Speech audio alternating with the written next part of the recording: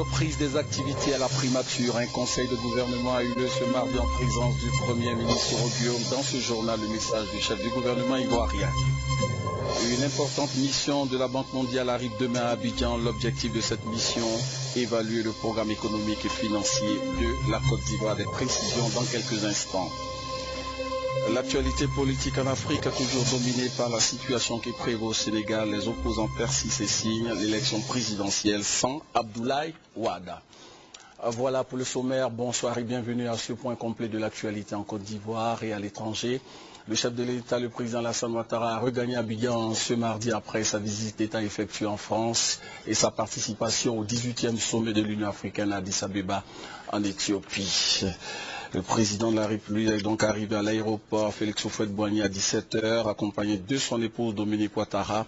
Il a été accueilli au bas de l'échelle découpée par le Premier ministre Soro Guillaume, les présidents d'institutions et par le président du PDCI.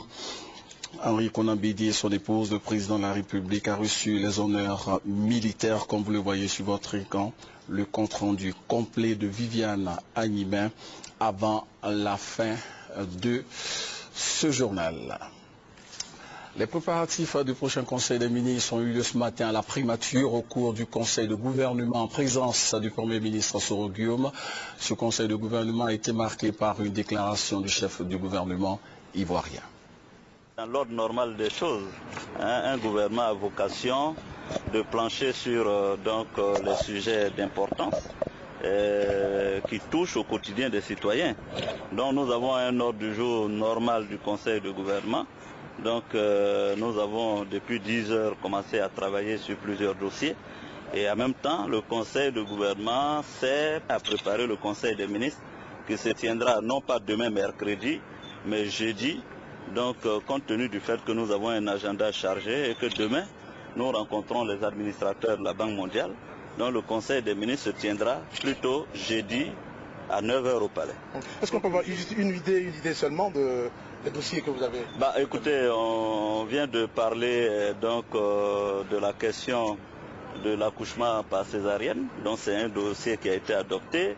Le ministre d'État, ministre de la Justice a présenté un dossier sur les commissaires priseurs et bien d'autres questions d'importance ont été abordées.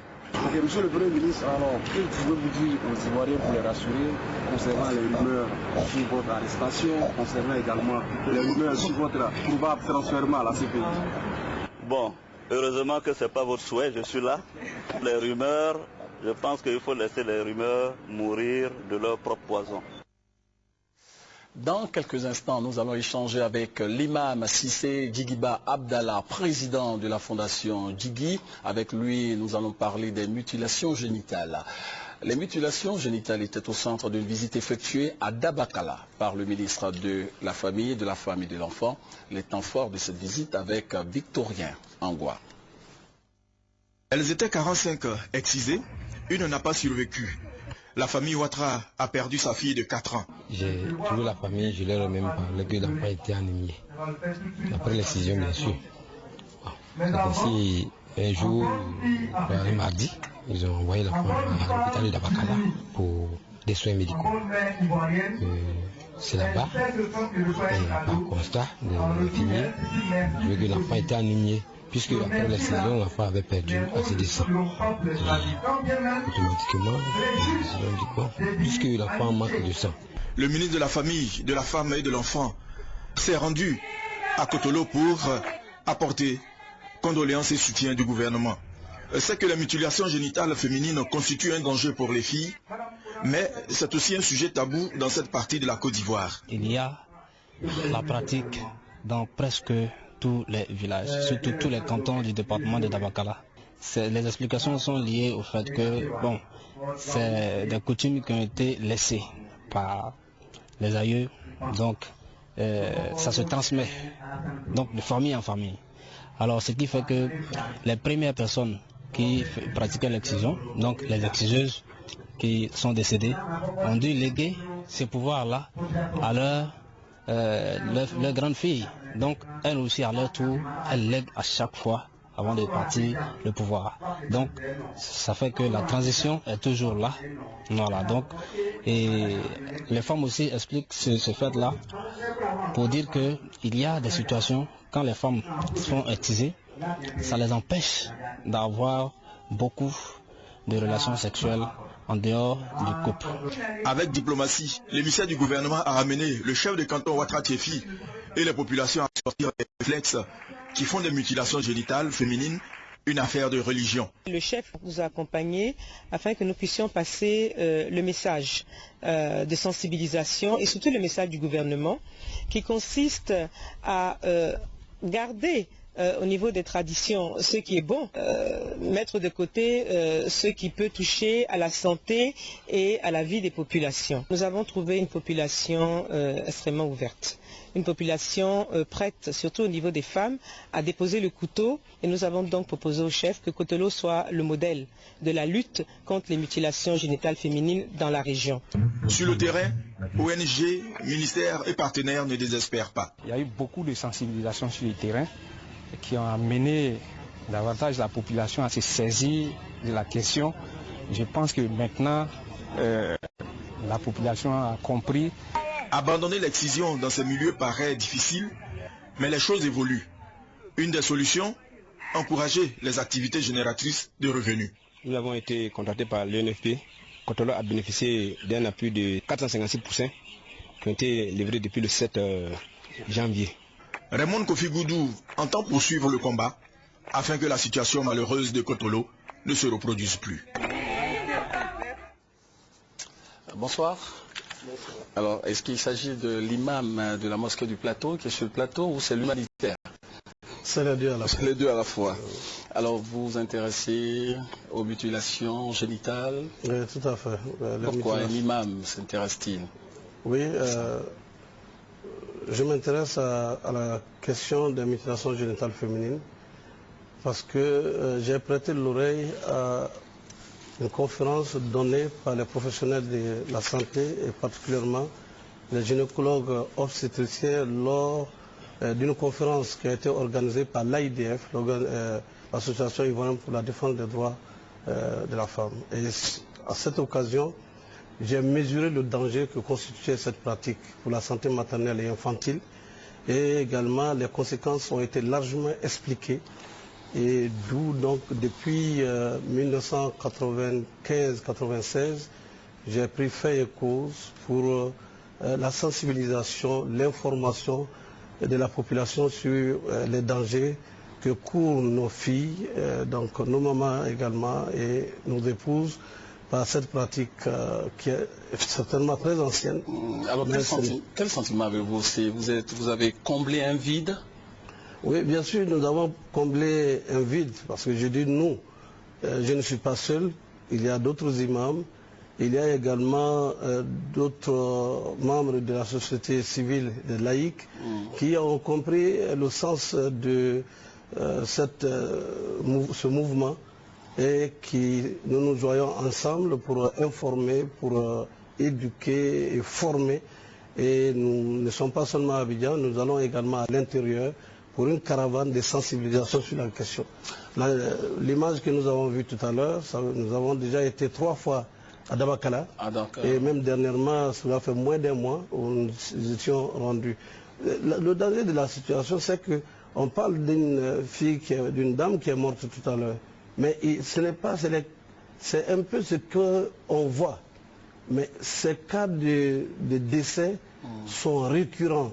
Et des petites filles également qui se vident de leur sang, qui ont été admises dans nos CHR ou CHU, malgré donc les mamans et les parents qui ont conduit les enfants à ces situations très déplorables. Donc, ce n'est pas seulement un problème de santé, mais c'est aussi un problème de droit à la santé, le droit à la vie.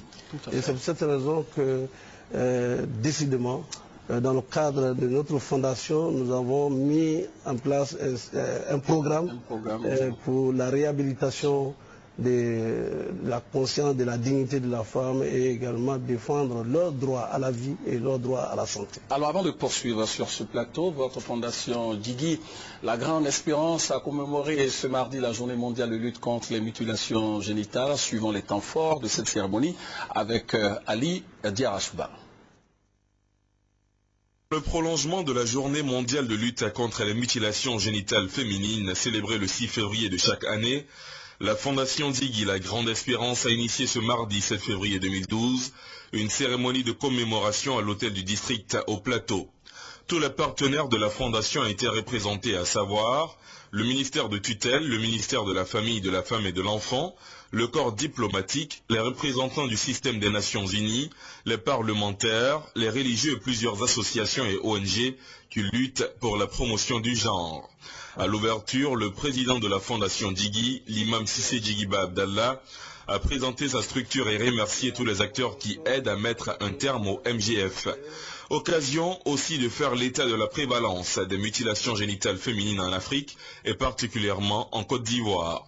Si la campagne de lutte contre la MGF est accentuée, c'est bien parce que cette pratique a beaucoup de conséquences néfastes sur la vie des jeunes filles et femmes. Les conséquences immédiates, c'est en termes de douleur, parce que cette mutilation se fait sans anesthésie. Et les conditions d'hygiène n'étant pas respectées, il y a des risques d'infection que cette personne-là court. Et comme elle est faite en général à la chaîne, c'est-à-dire plusieurs filles sont excisées en même temps, il y a des risques de transmission des maladies contagieuses telles que le VIH-Sida et l'hépatite B, qui sont des maladies quand même assez graves de nos jours. Au-delà de ces deux conséquences principales, il y a l'hémorragie. Et cette hémorragie-là peut même conduire à la mort. Et c'est elle qui fait que souvent, après l'excision, on a des morts de jeunes filles. Partenaire de la Fondation Djigui, La Grande Espérance, l'Association des femmes juristes de Côte d'Ivoire a profité pour présenter la loi qui proscrit les mutilations génitales féminines ainsi que les procédures judiciaires pour les dénoncer. Après la motion de soutien à la lutte contre la MGF qui a été lue, la représentante du ministre de la Famille, de la Femme et de l'Enfant, Mme Kaba, a réaffirmé tout l'intérêt que le ministère accorde à cette lutte. Alors votre campagne va prendre fin quand exactement? Notre campagne prendra fin lorsque nous allons atteindre la tolérance zéro et qu'il n'y aura plus de filles excisées, ni en Côte d'Ivoire, ni en Afrique et partout dans le monde. C'est cela aussi notre objectif. Et nous allons nous rendre aux Nations Unies justement pour participer à la réunion de haut niveau pour défendre, militer en faveur d'une résolution d'interdiction de la pratique de l'excision dans le monde. Mais est-ce qu'il y a de l'espoir? Parce que quand on sait que le combat se situe aussi au niveau de nos traditions, de nos religions et tout. Écoutez, il y a un peu, je ne dis pas d'ignorance systématique, mais le manque d'information. Parce qu'il s'agit d'un monde du savoir non vécu. Les gens s'opposent sans se demander, après l'excision ou pendant l'excision, après l'excision, qu'est-ce qui se passe? Et nous sommes aujourd'hui dans un monde ouvert, ce qui nous permet aujourd'hui de constater que ça ne se passe jamais sans décès, sans mort d'homme. Et cela est une situation très grave. Et c'est pour cela que nous sommes optimistes que la lutte en vaut la peine et que les résultats seront, en tout cas ce que nous souhaitons, tolérance zéro face aux mutilations génitales féminines. Avant de vous laisser partir, est-ce que vous avez un message, des paroles fortes à l'endroit de ces femmes qui s'adonnent encore à cette pratique? Parce que c'est une triste réalité dans notre pays. Tout à fait. Et nous dirons à nos mamans et à nos sœurs de ne pas exciser leurs filles. Ça n'a pas d'avantage, ça n'a que des inconvénients et des conséquences dramatiques sur la santé maternelle et infantile, sur le plan physiologique, sur le plan sentimental et sur le plan même de la vie sexuelle de la femme d'une manière en tout cas profonde. Et les séquelles psychologiques sont très nombreuses et je crois que nous nous appuyons sur tous ces arguments pour dire encore une fois à nos mamans, à nos sœurs qui sont surtout intellectuelles, de relayer ces informations et s'ils veulent en savoir plus, si elles veulent en savoir plus, la Fondation est ouverte pour informer et pour former, en tout cas à connaître mieux le danger. Merci de passer sur notre plateau. On en vient maintenant au dossier du journal. Dans la commune de Yopougon, la rue Gabriel Gare est fermée à la circulation pour une durée d'1 mois. Le ministre de la Construction, de l'Urbanisme et de l'Assainissement a entrepris de réhabiliter le réseau d'assainissement de cette rue très dégradée. Qu'est-ce qui a entraîné cette situation? La réponse avec notre reporter Noël Niagno. Nous sommes sur la rue baptisée par la conscience collective Gabriel Gare, lycée CEPI de Yopougon. Un mois durant, elle va être fermée à la circulation pour raison des travaux financés par le programme d'urgence de la présidente de la République. Ces buses déterrées et l'intensité des travaux expliquent certainement le niveau de dégradation très prononcé de la chaussée, réalisée pourtant en respectant les règles en la matière. Elle est drainée par deux canaux, de part et d'autre. Une conduite enterrée qui passe donc du côté gauche où nous sommes. Et la voie a été bitumée. Dans le principe, quand la goutte d'eau tombe, elle doit s'écouler normalement. Des décennies après, ces dispositions prises par les pouvoirs publics ont été foulées aux pieds par les habitants du quartier. La limite des bandes de maisons de l'opération Sejefia et la rue sont bâties par les occupants de ces maisons. Les caniveaux, à l'origine à ciel ouvert pour être curés périodiquement, sont désormais couverts. Ceci pour faciliter l'accès aux boutiques, Mati construit pour le compte des riverains. Mon oncle m'a donné sa maison de rester dedans. Donc, puisque je suis venu rester dans la maison, je ne sais pas ce qu'il fait. Parce que je ne connais pas papier, je ne travaille pas. Donc, il faut que je me débrouille pour pouvoir nourrir mes enfants. Parce que mon mari est décédé. Donc voilà pourquoi j'ai fait ça là, devant tout là, pour pouvoir me débrouiller. Les conduits des égouts ne sont pas en reste, avec une excuse, l'ignorance de leur existence. J'ai vu maintenant, je ne connais pas. La mairie, en charge de la gestion de la cité, se préoccupe uniquement de prélever les taxes et autres. Je paye patente à la mairie, 10 000 francs par mois. Je paye à la mairie. Chaque jour, on paye ticket de 200 par jour. Au maximum, chaque jour, on paye 200. Modalement, c'est quelque chose de 7 000 à 8 000. C'est 6 000 francs par mois. Pour le reste, c'est-à-dire la qualité du cadre de vie, un vœu que l'année 2012 soit bonne pour les habitants. Plus loin, au carrefour Ouassakara, les égouts de gueule, des images de cette nature sont légion à Yopougon. La longue crise sociopolitique oblige. Au dire des pouvoirs publics, des travaux vont être entrepris progressivement. D'ici à là, le directeur général de la construction, de l'assainissement, de la maintenance et de l'architecture fait une invite à la population. Pas jeter des ordures dans le caniveau, parce que l'accumulation de ces ordures-là entraîne le bouchage du passage de l'eau et qui crée des nids de poules, des nids de moustiques, et ce qui aggrave la pandémie qui concerne le paludisme. Donc ça fait partie des bonnes habitudes. Ne pas verser de l'eau sale n'importe où. Ne pas construire sur nos réseaux pour nous empêcher de les entretenir. Au-delà de l'appel, c'est peut-être ici que se trouve toute l'action de salubrité publique pour sonner le glas du laxisme et améliorer sensiblement le cadre de vie des populations. C'était le regard de Noël Niagno. Restons dans la commune de Yopougon où des commerçants déguerpis dans le cadre de l'opération Pays Propre initiée par le ministère de la Salubrité ont été recasés. Le constat a été fait par notre reporter Serge Coléa.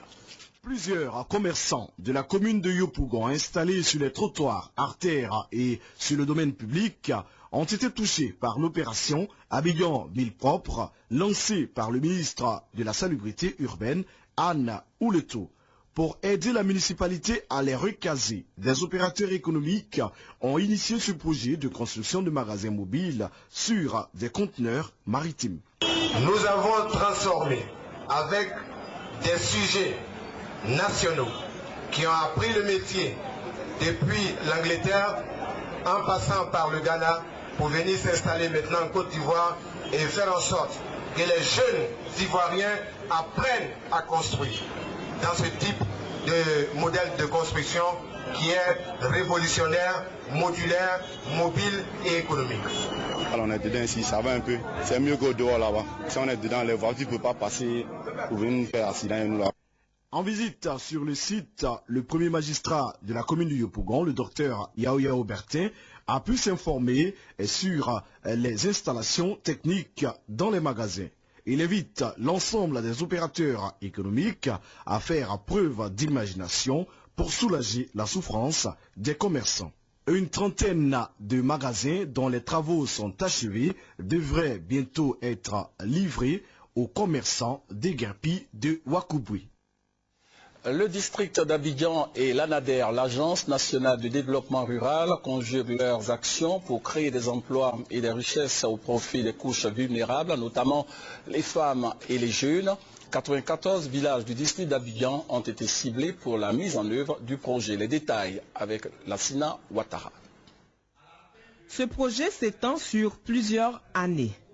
94 villages sont concernés avec l'expertise du district d'Abidjan et de l'Agence nationale de développement rural ANADER. Il va permettre de cibler les priorités et les activités dans le but de donner des emplois aux jeunes et aux femmes. La particularité du district d'Abidjan, c'est que nous sommes une combinaison des zones rurales et des zones urbaines. Si nous nous prenons garde, les aléas de la ville vont conduire à des difficultés dans les zones rurales. Alors que la ville est un atout pour le village. Si nous ne prenons garde, les aléas de la zone rurale peuvent gêner l'évolution de la ville, alors que la zone rurale est une richesse.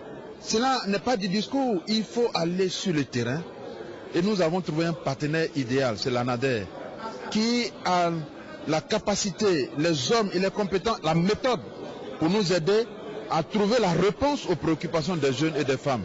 C'est pourquoi nous avons fait partenaire avec l'ANADER et nous tenons à réaliser ce projet parce que c'est très important pour le futur. Ce projet sera réalisé en tenant compte des spécificités des villages du district d'Abidjan. Une étape de réalisation d'enquête diagnostique débute cette semaine avec des rencontres des experts de l'ANADER. Une autre phase consistera à recueillir les informations dans tous les domaines de développement, identifier les contraintes et définir les actions à mener. La dernière phase va porter sur des ateliers d'arbitrage et d'harmonisation pour déterminer de façon participative les villages où les investissements seront réalisés sur la base de critères validés par le district d'Abidjan et les participants. Le gouverneur du district a appelé les communautés à adhérer pour un développement harmonieux.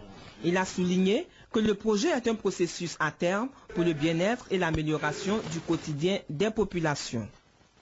De l'humanitaire, l'ONG Lumière et Vie organise un gala dont les fonds serviront à la construction d'un centre et à la prise en charge des malades mentaux. L'information a été donnée par cette organisation non gouvernementale au cours d'une conférence de presse suivie par notre reporter Honorine Agnigori.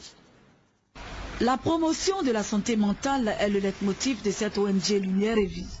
Elle agit notamment pour la prise en charge des malades mentaux en vue de leur guérison et leur réinsertion. Le dîner gala dont il était question au cours de la conférence de presse prononcée par la présidente vise à recueillir des fonds pour la construction d'un centre de santé spécialisé devant accueillir 400 malades. Les malades qui traînent dans la rue, nous appelons très souvent les sapeurs-pompiers. On situe le malade, on vient les sapeurs-pompiers, on le prend dans la rue, on part le déposer dans les différents centres. Nous n'avons pas de choix. Si c'est Yamsokro, on part avec le malade au sein Habitat Psychiatrie Saint-Vincent-de-Paul, on paye les factures, c'est-à-dire on reprend déjà sa garde-robe et puis on le dépose là-bas. Et puis on part les visites de temps en temps pour voir sa santé, comment ça se passe. Après la guérison, c'est là vient le problème. Parce qu'après la guérison, ils sont à la maison, ils s'ennuient. Donc nous voulons créer un centre de réinsertion pour les apprendre des métiers pour se prendre en charge plus tard. 23 personnes souffrant de maladies mentales ont déjà bénéficié de l'aide de l'ONG Lumière et Vie. La communauté internationale a célébré récemment la journée mondiale de lutte contre la lèpre. Cette maladie continue de faire des victimes dans notre pays, la Côte d'Ivoire, et bien des images pour en témoigner. La journée mondiale de la lèpre à Gagnoa a été célébrée à Guessio, village de la commune. La cérémonie organisée par la direction départementale de la santé, sous la supervision de la direction régionale de la santé de Gagnoa, était présidée par le préfet de région du Go, préfet du département de Gagnoa. Différentes allocutions de soutien aux personnes malades de la lèpre marquaient cette célébration. Célébration mise à profit par le secrétaire général de la préfecture pour inviter la population à avoir une hygiène de vie. Le représentant du préfet du département a également invité les populations à ne pas marginaliser les malades de la lèpre. Des malades pour qui des prières ont été dites avant qu'ils ne reçoivent différents cadeaux. Dans le département de San Pedro, 20 malades de la lèpre ont bénéficié du soutien et de la solidarité des autorités administratives, coutumières, du personnel de la santé, de la direction départementale de la santé et de la lutte contre le sida, des écoliers et des instituteurs, ainsi que des habitants du village de Baba. Cet élan de solidarité s'est traduit par une forte mobilisation à l'occasion de la célébration de la 59e journée mondiale des lépreux dans le district sanitaire de San Pedro. Ces malades ont reçu des produits alimentaires et d'hygiène, une marque d'amour et de bienveillance fort appréciée par les bénéficiaires, mais qui n'ont pas manqué d'indiquer que des malades de la lèpre vivent dans un total dénuement à travers tout le pays et singulièrement à San Pedro. À l'occasion, le directeur départemental de la santé et de la lutte contre le sida, le docteur Nazegei Patrice, a annoncé la guérison de 30 malades de la lèpre sur les 59 prises en charge par le district sanitaire. Il a aussi révélé un nouveau protocole de traitement efficace permettant de soigner la lèpre en 6 ou 12 mois selon la forme de la maladie. Après avoir invité les uns et les autres à se faire dépister dès qu'ils constatent une tache quelconque sur leur peau, le docteur Nazegei Patrice a affirmé que la lèpre est en voie d'élimination dans le département de San Pedro vu la régression de la maladie. 46 nouveaux cas en 2008, 33 en 2009, 32 en 2010 et 36 en 2011, soit une prévalence de moins d'un cas de la lèpre pour 10 000 habitants. Dans le département de Yamoussoukro, l'histoire de la lutte contre la lèpre remonte à 1978 avec l'ouverture du secteur de la santé rurale de Yamoussoukro. On dénombrait à cette date plus de 5400 malades en traitement. Il a fallu attendre 90 selon le docteur Dakouri Ange-Pierre, directeur départemental de la santé de Yamoussoukro, pour que le nouveau schéma thérapeutique soit appliqué dans le secteur. Yamoussoukro affichait alors 881 malades. Grâce aux efforts inlassables des agents de la santé, mais surtout à la charité et à l'amour de bonne volonté, le département de Yamoussoukro ne compte plus que 15 malades de la lèpre sous traitement à ce jour, soit un taux de prévalence de 0,49 pour 10 000 habitants. C'est au cours de l'année 2011 que 18 nouveaux cas ont été enregistrés, ce qui a donné un total de 33 malades contrôlés. Sur ces 33 malades de la lèpre, 18 ont été guéris et 15 sont en traitement. Ce sont ces malades qui ont reçu des dons des autorités politiques et administratives de Yamoussoukro à la faveur de la 59e journée mondiale des malades de la lèpre, célébrée à Akesekro, l'un des villages de Yamoussoukro.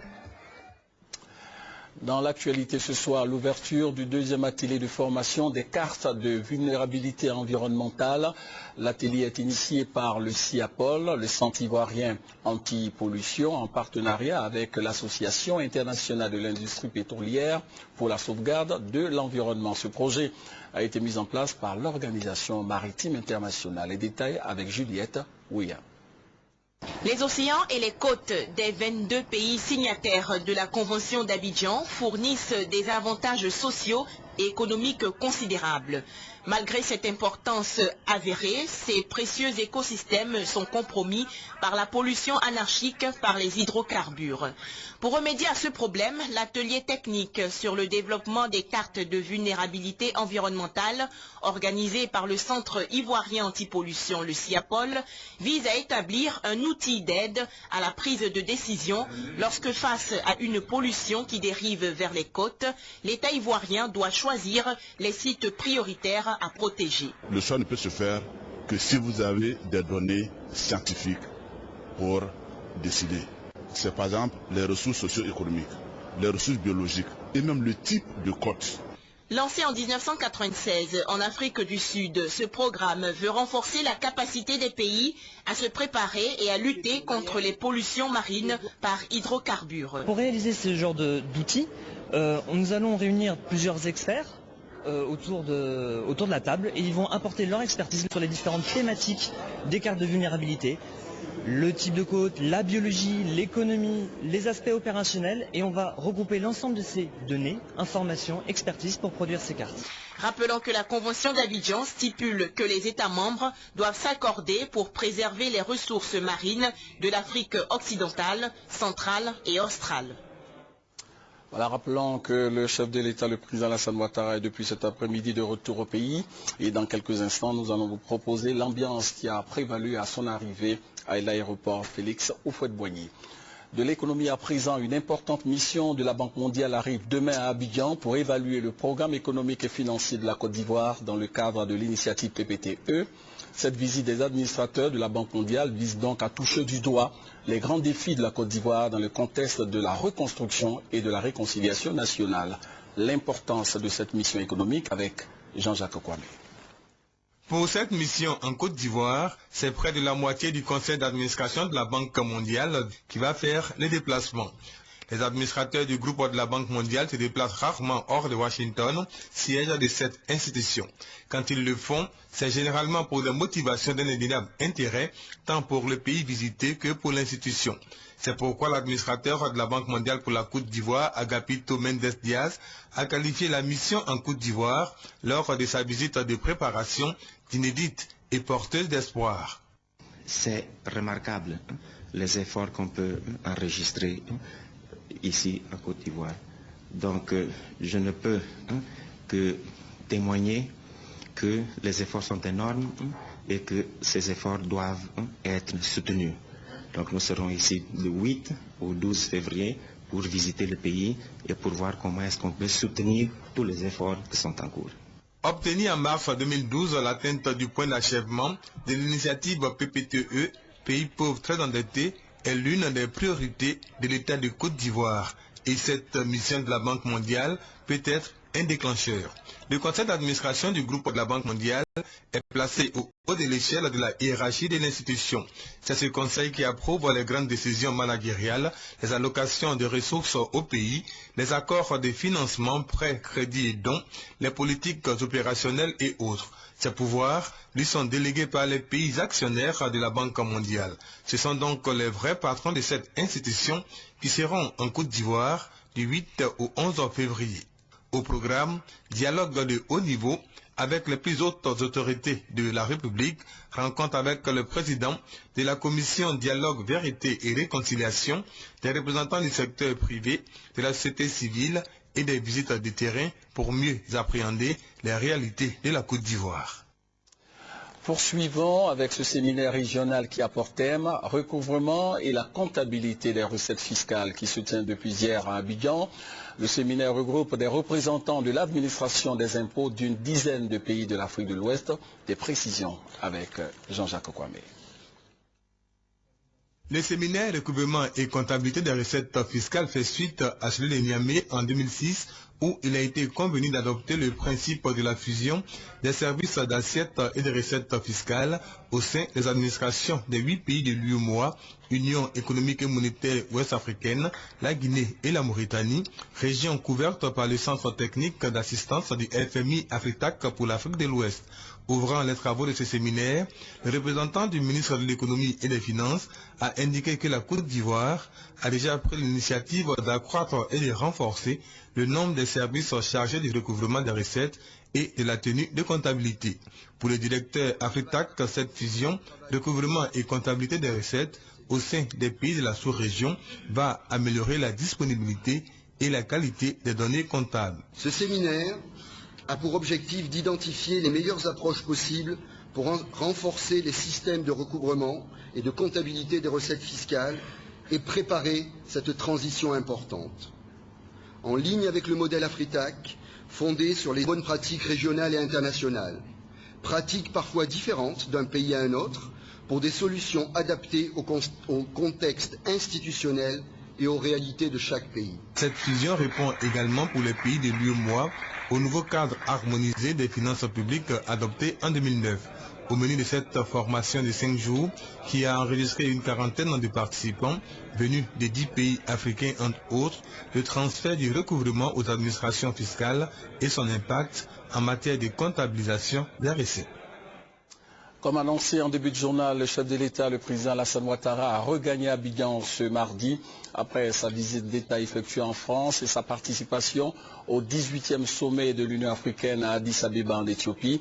Après ce sommet, le chef de l'État est reparti sur Paris pour une visite privée. Nous vous proposons en image l'ambiance qui a prévalu à son arrivée avec Viviane Agnimin. Le pavillon d'honneur de l'aéroport international Félix Houphouët-Boigny d'Abidjan était plein comme un œuf et ses alentours pris d'assaut par une population heureuse de revoir après 2 semaines d'absence son président. Comme pour bien marquer l'unité et le rassemblement autour de la personne du président de la République Alassane Ouattara, tout son gouvernement, avec à sa tête le Premier ministre Guillaume Soro, les présidents d'institutions, les grands commandements militaires et même, ce qui est peu habituel, le président Henri Konan Bédié, étaient tous présents à l'aéroport. C'est à 17h17 que l'avion présidentiel a atterri. Après le salut aux couleurs nationales et les honneurs militaires, le président de la République et son épouse ont reçu l'accueil du président Bédié et son épouse. À l'intérieur du pavillon d'honneur, c'était au tour du gouvernement de souhaiter la bonne arrivée au couple présidentiel. Le peuple dehors qui attendait son président a acclamé le président de la République qui, ne pouvant résister à l'appel de son peuple, a fait un tour dehors pour le saluer. Dans le salon d'honneur, le président de la République a fait le point du long séjour qu'il vient d'effectuer à l'étranger, marqué par une mémorable visite d'État en France, suivie de sa participation au sommet des chefs d'État de l'Union africaine à Addis Abeba et clôturée par une visite privée. Le président de la République qui rentre après quelques jours de vacances a signifié qu'il est en phase avec son équipe nationale qui dispute la CAN au Gabon. Le président de la République a fait cette promesse aux Ivoiriens. Nous allons ramener la coupe en Côte d'Ivoire. J'ai parlé à chaque occasion de victoire au président Sidi et Diallo. Et je suis certain que demain encore je l'appellerai pour le féliciter. Et ensuite nous irons à Libreville le 12 pour vous ramener la coupe. Avec certitude. En quittant l'aéroport, le président de la République a été acclamé tout au long de son parcours par la population sortie massivement. Voilà, le chef de l'État donc de retour au pays. Une délégation de la mission d'évaluation des Nations Unies a eu une séance de travail avec le ministre d'État, ministre de l'Intérieur, Ahmed Bakayoko, au centre des échanges L'avenir.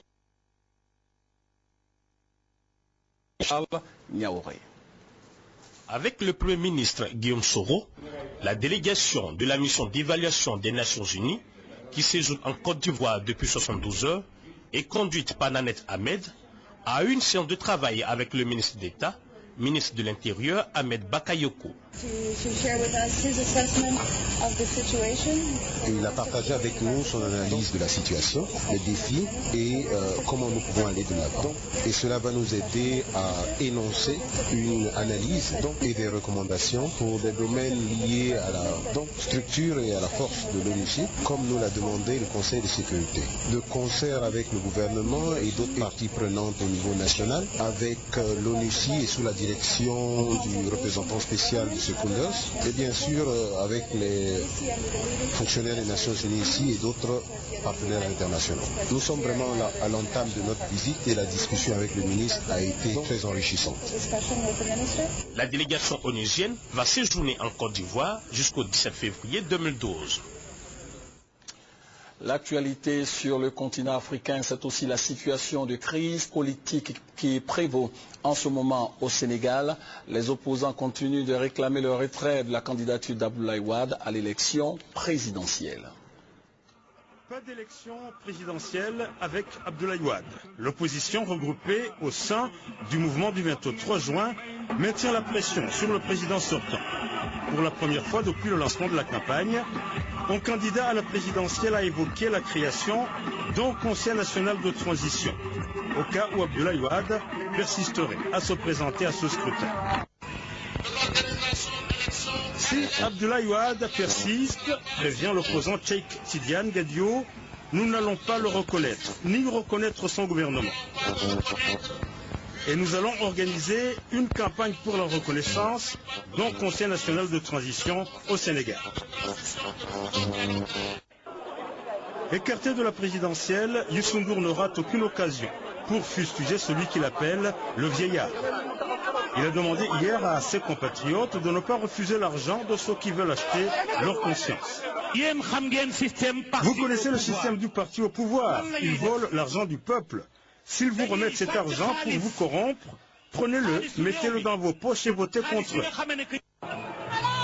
Quelques milliers d'opposants se sont retrouvés à la mi-journée dans le centre de Dakar pour une nouvelle marche, la troisième du mouvement du 23 juin dans la capitale et sa banlieue, depuis l'ouverture de la campagne. La situation en Syrie continue de préoccuper la communauté internationale. Les Occidentaux sont dans la phase active de leurs menaces. Les États-Unis ont fermé leur ambassade à Damas, la capitale syrienne, et évacué les derniers fonctionnaires. La Grande-Bretagne en a fait de même. La Russie, l'un des soutiens de la Syrie, a dépêché aujourd'hui à Damas son ministre des Affaires étrangères pour rencontrer le président Bachar al-Assad.